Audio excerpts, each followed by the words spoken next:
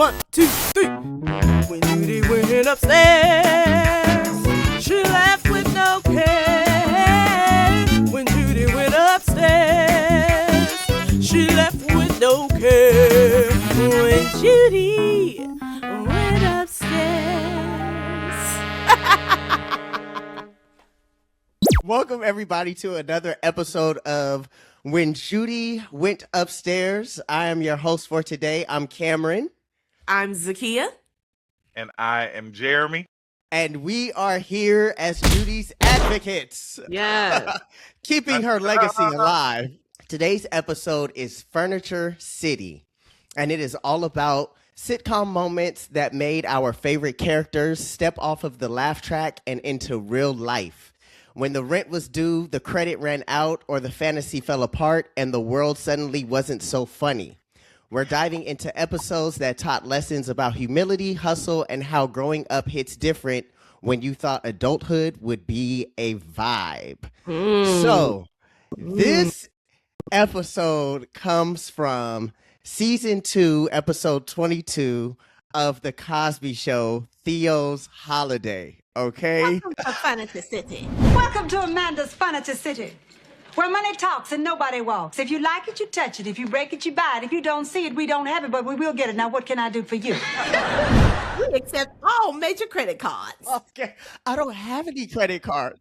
You're in luck, because here at Furniture City, we accept personal checks. I don't have any checks. Well, you were about to leave Furniture City. Seriously, this was the episode that made me actually think about like bills and stuff. When I was a kid and I was watching it, like to see how they changed the household, and I guess Theo was gone for the night. So in the beginning, Theo talks about how he wanted to be a model and how he wanted to borrow some money first. And everyone was like, "You owe me money."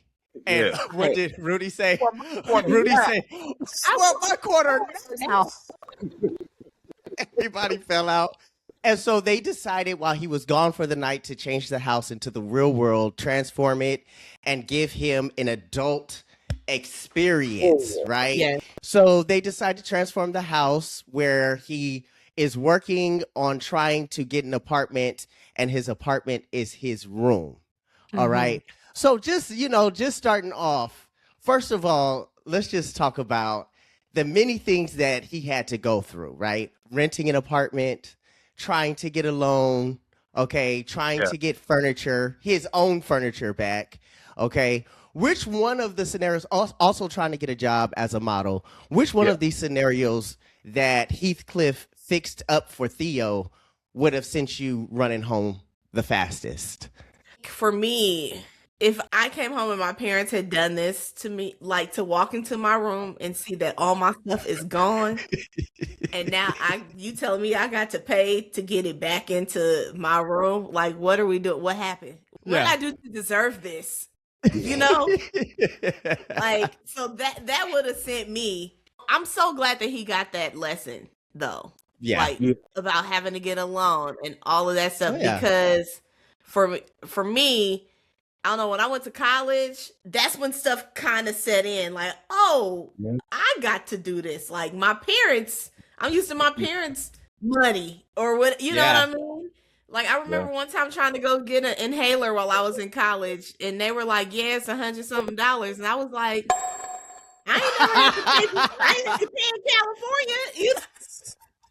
Where's I ain't my gotta bring insurance? that Right.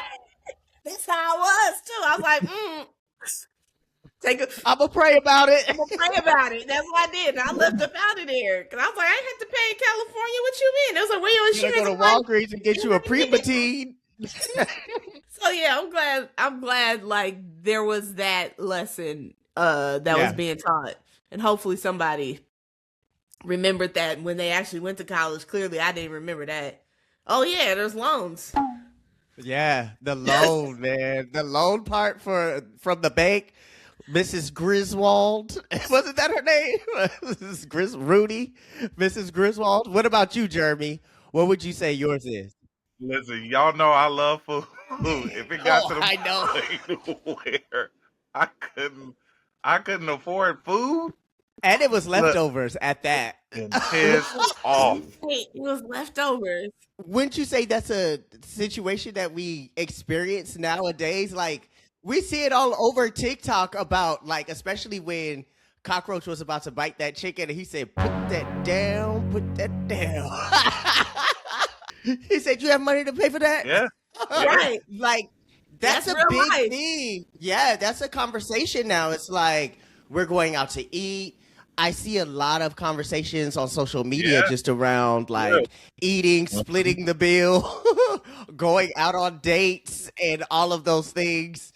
And, you know, I always just think that was like prime time prophecy. Like, he's basically like, look, y'all gonna experience this too. Like, that is go out being to an eat. adult. Like having, because sometimes we need to have that Theo voice to ourselves. You know, Jeremy, can you afford this? Put that back. I slap your hand. Put that back. We got that at home. Okay, so let's talk about the apartment. You know, Heathcliff asks Theo, you know, does he have any references? You know, does he have any references? Which is something that's normal for an apartment. You have personal references, you have your work references, right? Yeah. And Cockroach is his reference throughout the whole thing, right? And when you think about Cockroach did very well, cockroach oil, right? Cockroach oil?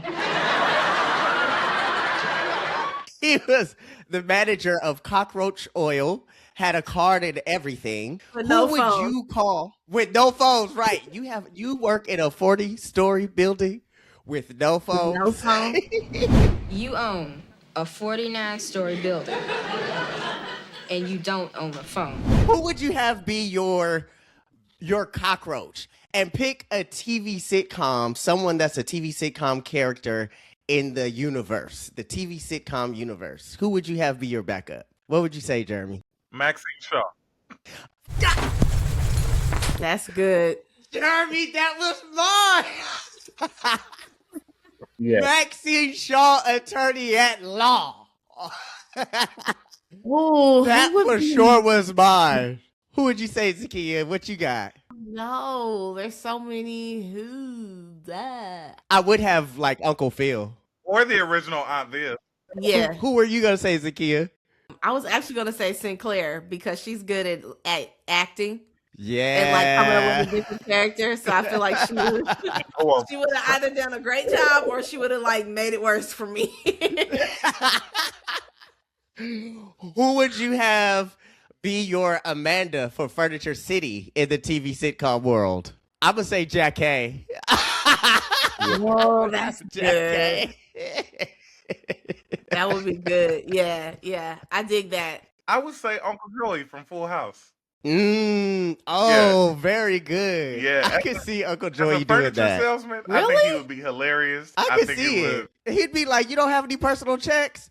Cut it out." No, that's true. I would either do Whitley Gilbert or Lisa Turtle. I can't see Whitney working at a furniture store though.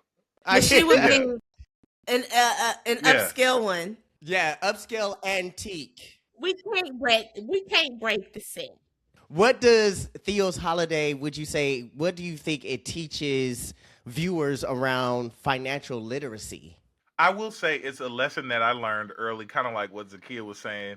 When I got to college and I realized that credit was everything, like it, because I remember my first credit card was a Macy's card. Mine too. It was Mine a was horrible too. decision to give an 18-year-old. Because I'm in there buying all the little Sean John and food. Oh my God. Right? I was buying Listen, towels. because you think you have it. And set. Yeah, buying cologne. I was buying Guess watches and cologne. I think it teaches that it's way more than just getting a job or getting an apartment. There's so much responsibility with adulthood. And you can have a dream or a desire, but even when he went to the modeling agency, right? He needed headshots. He needed, a portfolio that he didn't have, and that takes money. Yes. And I know the saying it takes money to make money, right? But it was a lot that I think it made me feel as as a little boy watching it, like, I don't know if I want that. And now getting older, it's like, man, these were some vital lessons, definitely to teach a young teenager. Just like knowing, okay, when you get the apartment, you gotta turn the lights on and the gas and the electric. You know what I mean? Like, and the sewage, water bill, and you need what you gonna sleep on? Okay, you need money for that, and food, and the job, and a phone. That's right. You gotta turn the phone on. You gotta do so many different steps that, like, I appreciate the writers and I appreciate Bill Cosby for even having this to be an episode on, like, a little glimpse at adulthood. Like, y'all think this is fire? It's ghetto over here, low key. Yeah. I mean, in most sitcoms as kids, right, the child actors, whatever, they're like, I want to stay up late like the adults do. And it's like, when you're a kid, you think like when you're an adult, you're free to do whatever it is that you want to do. And no, you're not, because you ain't got no money. You can't go out to eat. You can't go to all the places. You want to? It's so serious. You need to check your account first. Can you get it? And when you think about it, like, you know, of course, Theo's argument around like hustle, ambition, you know, I feel like that would definitely go for now, our present day, because we definitely are always like, we have our passion, like how he wanted to be a model, like you mentioned before.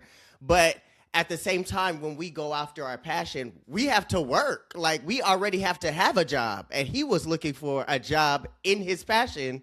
And it's like, sometimes you have to have a job for that job. It's like, and it's definitely transformed. So with that being said, if they were to do an episode now, do you feel like it would probably be a little bit more darker? Like a little bit more heavier? Yeah, for sure. I will say, because of the economic climate, everything's, of course, the cost of living is through the roof, right?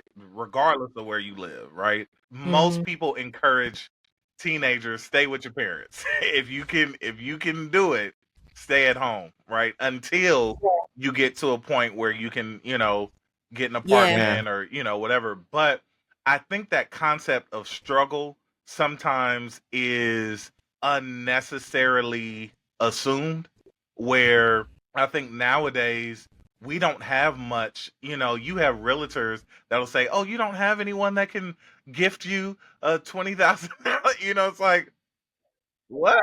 Like, what? Do you?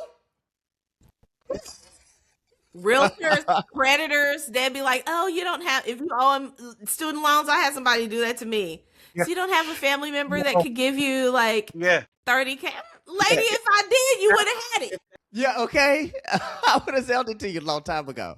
Trust me, we wouldn't be on the call right now, right? I think we would deal, I think the episode would have a lot of creditors. I think it would be some repossessions. You know, because the reality is, I feel like the youth now don't really understand the concept of cash, because they have Apple Pay, they have Venmo, they have, where they're not dealing with tangible money, right? So the exchange is, you know, just cash at me then, or just Apple Pay me, right? But that is connected to something else. If I don't have money in my account, I can't, you know. So it's like, now it's like so much is done digitally that real work is being lost. And so I think the episode would, you know, have to address the value of money, how to deal with money in this climate, you know, because, you know, you pay for everything online and it's a lot of scammers now. Bitcoin is a thing. People, I want to be a day trader. I can do, you know, but that's a job that takes work. Are you going to get up early? Do you have the work ethic to do these things? Like you said, sometimes those jobs need a job to pursue your, you know, your passion. And it goes back to when Theo was trying to get that loan. and thought Rudy was trying to be mean and was like, why? Well, why not? And she said, because you have nothing. That is a real thing. That hit me as an adult, like, ooh. I remember when I was getting my first car, and I remember being at the Honda dealership, and he told me, he said, listen, he said, having no credit is just as bad as having bad credit. Like, you really have nothing, so you got to build that.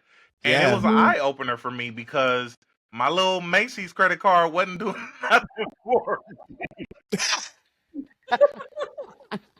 Oh, my God. Listen, okay, so let me ask you this. What do you think people would say, and you tell me your opinion, do you see this as great parenting? Yes, absolutely. I would have felt some kind of way if I came home and my mama took all my stuff out my room. But it was a great lesson. Like, I feel like that's a lesson that a lot of people did not get, still don't have. It was a short lesson on financial literacy in a way, or just like life. This is how it is when you get older. But yeah, it's a shock, when you grow up and you don't know and you have no idea, and your parents, nobody told you what life was going to be like when you got older. And so, yeah, I think it was a great lesson, and everyone played their part well. They did. They really did. And I will also say that I feel like the parents that I see on TikTok or on Instagram and Facebook, where they're like showing them going to their kids' rooms, that are like from our generation, going to their kids' rooms, and they're like, okay, it's the day for you to pay rent. And they have their like youth paying like $10 a month or something like that. I really feel like all those parents are a product of this episode.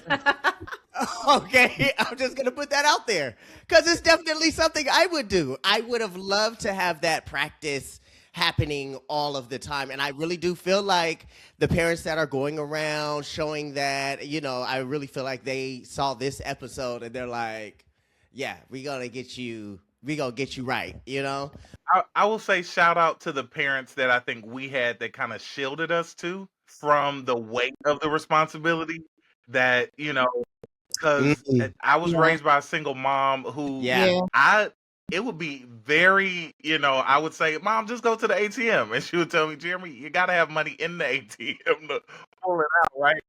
And so now being an adult, it's like, I honor her so much more just for, making those sacrifices that I didn't see. Because I'm like, I don't know how you was able to take care of, 2 kids and do, So I will say shout out to that. But I agree with you, Camryn.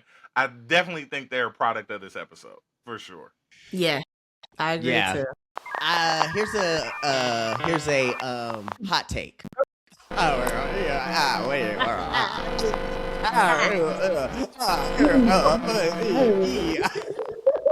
This hot take.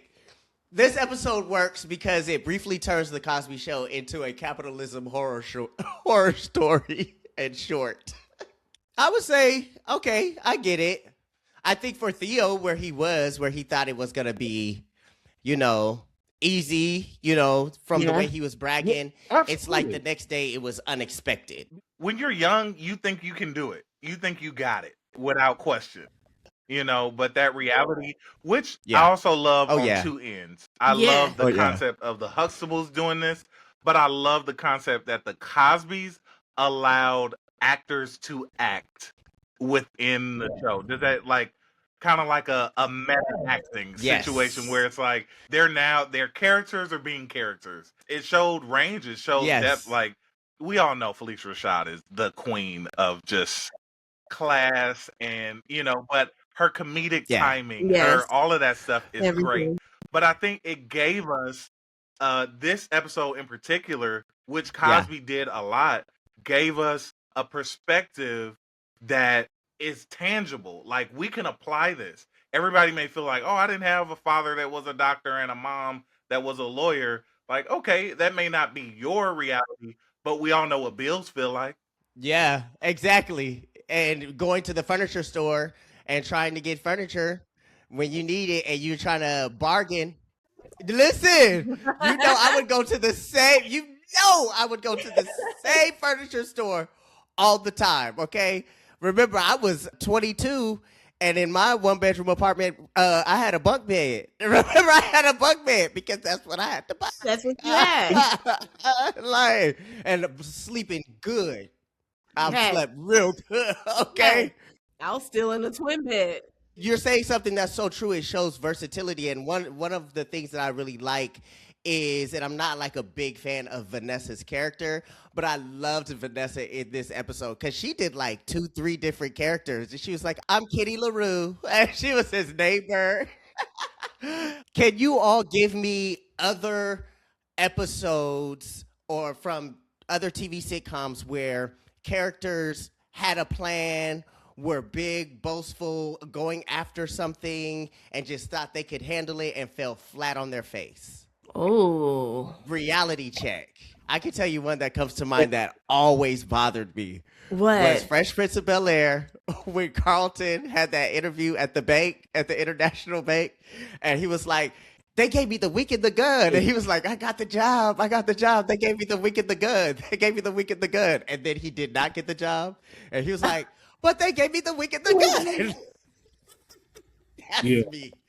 That wink and the gun, it was like, it brought it to my face because I was like leaving interviews thinking I had my joy and the world couldn't take it from me, and it was snatched right from up under me. So the wink and the gun is a good match for me when it comes to like a reality check for a TV sitcom character. What would you all say? Another one. I think I've mentioned it before in a previous episode of ours, but when Pam and Gina go out to join the sophisticated ladies club or whatever, and they think they are a perfect shoe-in, but here comes Shanae and Loquita.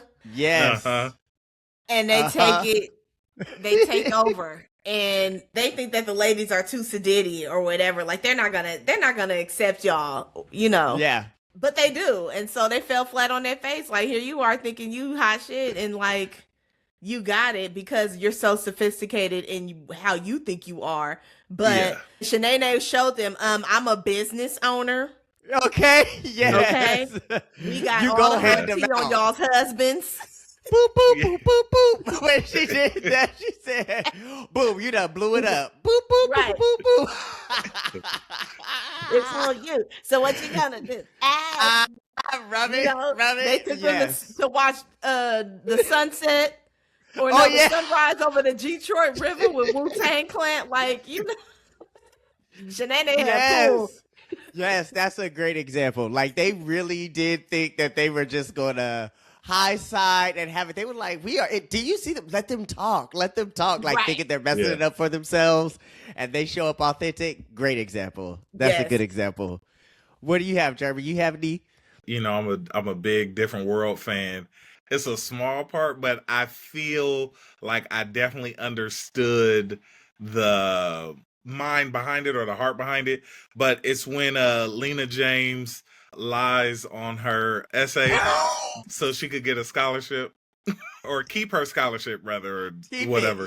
And come to find out her father was none of the things she mentioned in the essay. It's cringy to me because it's like, dang, like if you know your dad is not these things, like you really about to write a paper? Like they're not gonna check. She also didn't expect him to show up. Did not expect him to show up. Yeah. But that's one of those moments I think it would when they fall flat on their face. Like, but I mean, it ended up paying off for her, staying in school and stuff. But yeah. And I ain't mad at her, to be honest. I'm not mad at her because when you get to school, you gotta hustle and it costs money. And the moment they tell you owe something, all right, what I'm about to do, because I can't go back home. I can stay here. We got to make this work. We got to make this. We got to do something. And I guess I'll be at the Golden Hot Cone. Okay. That's an inside joke. Doing something strange for a piece of cake. Listen. And I think another episode with Martin was like when Martin lost his job and became Brother Sunflower. Like the whole thing with Stan, like, Bosses do And run when he off and goes leave to, jobs. They do. They do. When he goes to the unemployment office, That talking one about, too. "What's up?" They know me. And they was like, not up in here. No, Not here. nobody knows you. DMV too. The DMV episode. Yeah, Also, Almondy. Almondy. George Jefferson gave him a time. And when he was like, where's the light at? And they all started pointing. It was like waving because he had to go to the back. And same thing happened to Whitley. When she had to go out for those jobs. Mm-hmm. Yes. Reality check. Something that happens nowadays too, and just in dating. Seinfeld, when George lied about his job, was insecure about his job, and made his job more important when he was trying to date and landed flat on his face. It went really bad. It was bad. Okay. So now we've come to the time. Our favorite time. Our favorite time. The remote. Pass the remote. And pass it now. I did give you also a series of prompts you all can respond to if you want to show your pass the remote. But I have the remote. Who would like to go first? I'll take it.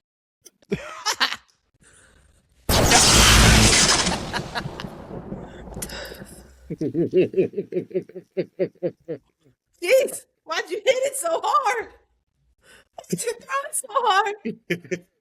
I'm going out for baseball. Trying to be a pitcher. There's no crying in baseball. What you got for us, Zakiya? The prompt that I chose was to give a clip where a character bit off more than they could chew, financially, emotionally, or just plain boldly. Okay. And the clip that I chose was from Insecure. Oh, okay. Mm-hmm. This is season 3, episode 2, Familiar Like. Yes. Issa is meeting with her friend Kelly, who is I believe Kelly was a financial planner or something. She worked in finance. Advisor. Yeah. And, Issa's like, I've been saving money and I'm trying to, she's trying to elevate. She's trying to get in a new apartment. She's just trying to grow up, basically, And Kelly snatches her back down to reality about her finances. So here we go. My credit score can't be that bad. Bad would be a step up. The basic credit tiers are excellent, good, poor, bad. This is Issa. It's all the way at the bottom. Look, I'm sorry. There's no way to get around this credit issue unless you get a co-signer, not me. Or you could put down 3 or 4 months rent if you've been saving. Ooh, I have been saving. Okay. I've been saving. I've been saving. I've been saving. I've been saving. She been saving. She been saving. No, you know I eat out a lot. Oh, girl. Lids? I like my caps fitted. That is just, Radio Shack ain't even a store no more. Rite Aid. You buying groceries at Rite Aid? I buy panties there, too. Warren, close the door. What, girl? Come on. I've been working a full-time job. I've been lifting. What else can I do? Look, long term, I could set you up with a credit counselor here, and I will help you plan out a budget. But right now, you don't have enough money to move out on your own. Kelly, I gotta do something. I told Daniel I'd only be staying there a few weeks, and I don't want to take advantage of that. Well, if it'll make you feel better, then you could throw him a few extra bucks. Oh, yeah. You're not charging me this time. I'm sorry, what? You're not charging me this time. You not? You concubine. What? Kelly? No. Not even a little bit. Touch it. Suck it. Just wake up and it's in your mouth. No, Kelly. Okay, you cooking? Cleaning. Detailing his car. Damn, you're getting over. I mean, if Daniel let you stay a little longer, you should, just to save money. Don't look a gift horse in the dick. That's not a thing. It is. My grandmother said it to me. It's like you do so well and then you don't. Oh, that is so funny. Oh, she is so stupid. So you concubining? That is really good. That's a great example. Did she say she buy her panties from Rite Aid? Yes. Yes. And wasn't there an episode where she saw what's his name in Rite Aid? There was a time Lawrence found her. Are you buying panties? Oh man, times be hard, man. Straight up. Times is Straight hard. up. What you got, Jeremy? Let me All pass right, it. so You ready? Pass it to him. You ready? Okay. 1, 2, 3. Oh, that was good. My moment is a moment when a character saw the bill and immediately reconsidered their entire life. Mine comes from the hit sitcom Saved by the Bell. This episode in particular is from season 2, episode 2, titled The Lisa Card. So Lisa does well on a test. Her father gives her a credit card and says, you can buy an outfit, you can do something, right? So she takes his card, she spends $386, which in the early 90s, late 80s is equivalent to about $950 or $1,000. This is a moment where her friends try to help her. The episode, they try to help her get her money back. And in this clip, she's basically envisioning all the things that would happen when she has to tell her dad. So. How do you like it? I love it, Lisa, but didn't your father say to just buy something nice? I couldn't help myself. I got such great sales. All my clothes were half off. Half off? I can't take this tension. Lisa, I think you better total up everything you bought right now. Really? I have a calculator on my watch. You can use it if you hold my wrist. Screech heel. Where are the receipts? Here. $62 for the top, $126 for the jacket and shorts, and $198 for the boots, purse, and man-eater perfume. Come on, what's the total? $386. $386? You think I went overboard? Like the crew of the Titanic. This is serious. Lisa, when your father finds out, you are gonna get in trouble. Oh, come on. I'm Daddy's little girl. If you want to live to be Daddy's big girl, take the stuff back. Lisa, I think you should keep one thing and return the rest. Mom, maybe you're right. I have to go back to the mall anyway. They're having a big shoe sale.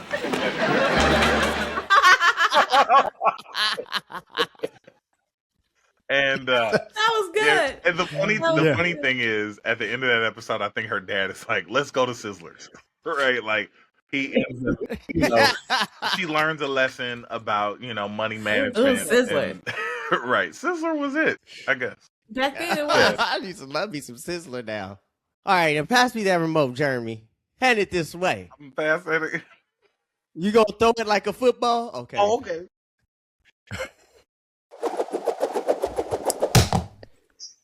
Oh, that boy Armstrong. You must be related to Marshawn. Marshawn Lynch. Okay. So my episode, I didn't pick one of the prompts. I just went ahead and went with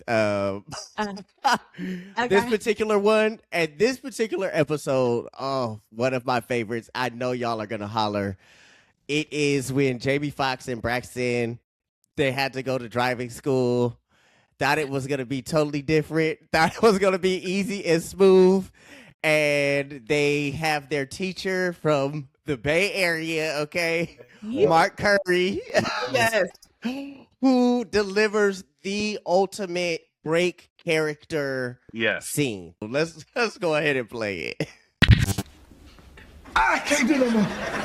Boy, you should have thought about that when you was exceeding the speed limit. Now let me hear you sing it like Prince. I would not exceed the speed limit. Say it. I would not exceed the speed limit. I would not exceed the speed limit. One more time, boy. I would not exceed the speed limit. You can't do no more, boy? Well, then get up and get out of my classroom, boy. And remember, this is going on your record. I can't let it go on my aunt and uncle's record, man. Get up and get out of my classroom now, boy! You got me tired. This is the third time you had me do some push-ups, man. I can't go nowhere else. All right. Get up, you big sissy. Do 1,000 push-ups and you're crying like a little girl.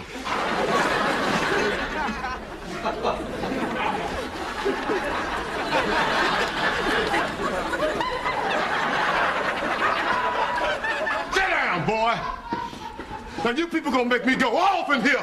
You hear me? You gonna make me go off. Before I was interrupted by Krusty the Clown here.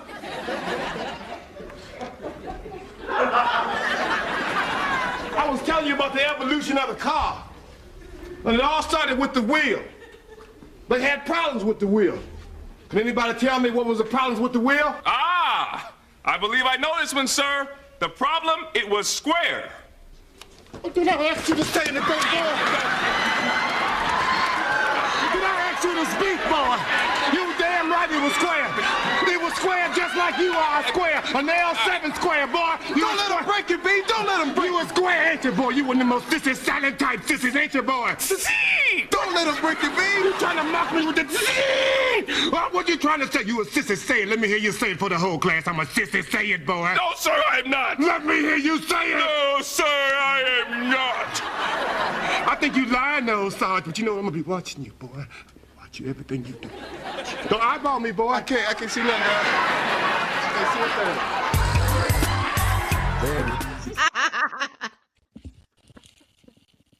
a thing. Jamie Foxx's face when he slides, he almost slipped. Oh my God.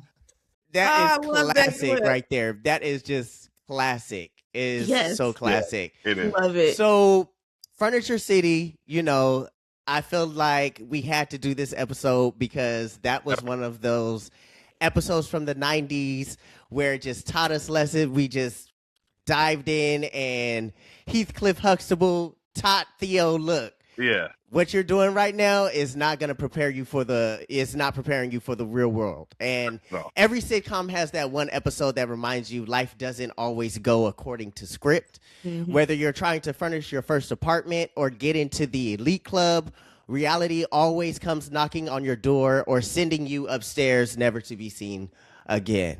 Oh. Okay. Man. Judy, you're late for work. Lies, why? Y'all, this has been an episode of When Judy Went Upstairs. Be sure to follow, subscribe, and like wherever you get your podcast, Spotify, YouTube, Apple, and follow us on Instagram at WJWU Podcast. And feel free to send us episodes of TV sitcoms that taught you lessons you live by and you remember to this day. We would love to hear some of your input and what lessons you have learned through TV sitcoms. Until next time, what are we doing?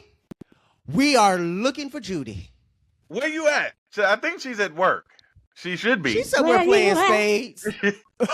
Where you at? Spades, she need to be paying these bills. Turn his lights back on.